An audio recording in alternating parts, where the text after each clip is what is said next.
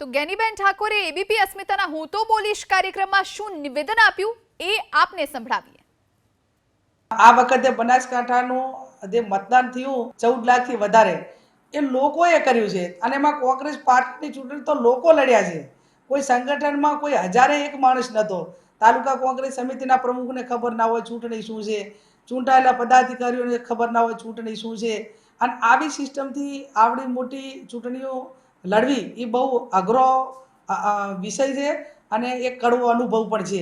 એટલે આવનાર સમયની અંદર કોંગ્રેસ એ પોતાનું સંગઠન પાર્ટીનું બનાવે, કોઈ વ્યક્તિનું, કોઈ સમાજનું કે જે તે વખતની પરિસ્થિતિને આધીન નહીં, પણ કોઈ પણ પ્રકારની લાલચોમાં ના આવે એવું એક અડીખમ નેતૃત્વ અને પાયાના કાર્યકરો, ઈમાનદાર કાર્યકરો તૈયાર કરવા પડે, એને પ્રોત્સાહન આપવું પડે અને એને ટિકિટો પણ આપવી પડે એવું કોંગ્રેસ પાર્ટી કરે એવું પોતે ઈચ્છું છું।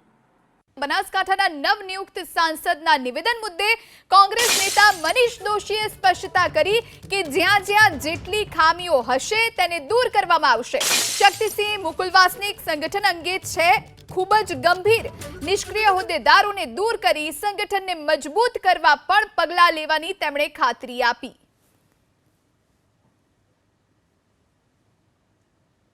બનાસકાંઠામાંથી લોકસભાની ચૂંટણી જીતનાર ગેનીબેન ઠાકોરેના ઇન્ટરવ્યૂના એક અંશમાંથી એક વાત નહીં, એની સરંગ વાત સમજવા જેવી છે કે સંગઠનની જેટલી મજબૂતી એમ વધુ પરિણામલક્ષી કામગીરી થઈ શકે। બનાસકાંઠામાં પરિણામ મળ્યું એમ અન્ય બેઠકો ઉપર પણ વધુ મજબૂતીથી પરિણામ મેળવવા માટે સંગઠનને વધુ મજબૂત કરવું પડશે અને સંગઠનને મજબૂતી એ સતત ચાલતી પ્રક્રિયા છે અને જ્યાં જ્યાં ખામીઓ છે એને સુધાર કરવામાં આવશે। એમને ધ્યાન પણ દોર્યું છે કારણ કે એમને પોતે લડ્યા છે તેમને અહીંયા ખબર છે, પણ ટીમ કોંગ્રેસ તરીકે જ્યાં જ્યાં સંગઠનમાં જે લોકોએ કામ નહીં કર્યું હોય તેમને એક બાજુ કરીને આવશે અને જે સક્રિયતાથી કામ કરવા માગશે તેને નવેસરથી તક આપવામાં આવશે તેવું પ્રદેશ અધ્યક્ષ સન્માનીય શક્તિસિંહ ગોહિલ, અમારા પ્રભારી, સંગઠન પ્રભારી મુકુલ વાસનિકજીએ પણ જાહેરમાં પત્રકારો સાથે અને પક્ષની આંતરિક બેઠકમાં પણ આ સ્પષ્ટ સંદેશ આપી ચૂક્યા છે।